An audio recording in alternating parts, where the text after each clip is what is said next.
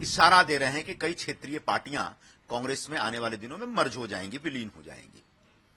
ये जो उनकी भविष्यवाणी है, इसके पीछे उनकी एक पूरी योजना है। ऐसा लगता है कि बारामती उनके हाथ से फिसल रही है, तब वो अपनी बेटी को पुनर्स्थापित करने के लिए शायद इस प्रकार का प्रोग्राम बना रहे हैं कि इस विलीनीकरण से न तो शरद पवार जी को कुछ फायदा होगा, न कांग्रेस पार्टी को, क्योंकि दोनों पार्टियां घाटे के सौदे में चलने वाली कंपनियां हैं और दो शून्य मिलते हैं तो एक बड़ा शून्य तैयार होता है। वो एक इशारा दे रहे हैं कि कई क्षेत्रीय पार्टियां कांग्रेस में आने वाले दिनों में मर्ज हो जाएंगी, विलीन हो जाएंगी। ये जो उनकी भविष्यवाणी है, इसके पीछे उनकी एक पूरी योजना है। मैं इस बात का थोड़ा सा गवाह हूं।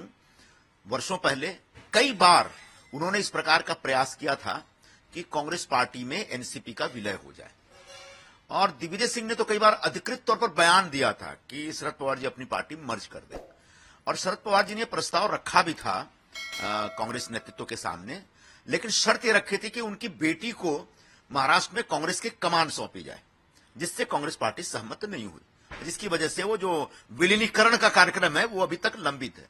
लेकिन आज जो बदला हुआ माहौल है, जिसमें उनकी पार्टी पूरी तरह से बिखर गई है, और ऐसा लगता है कि बारामती उनके हाथ से फिसल रही है, तब वो अपनी बेटी को पुनर्स्थापित करने के लिए शायद इस प्रकार का प्रोग्राम बना रहे हैं।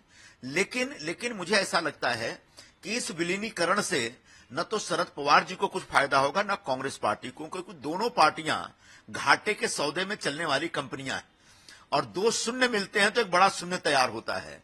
तो न तो कांग्रेस पार्टी को कुछ फायदा होगा, न इनको कुछ फायदा होगा। फिर भी जब एक छटपटाहट होती है तो कोई ना कोई रास्ता आदमी ढूंढता है। मुझे लगता है पवार साहब इसी प्रकार का रास्ता ढूंढने की तैयारी में लगे हुए हैं।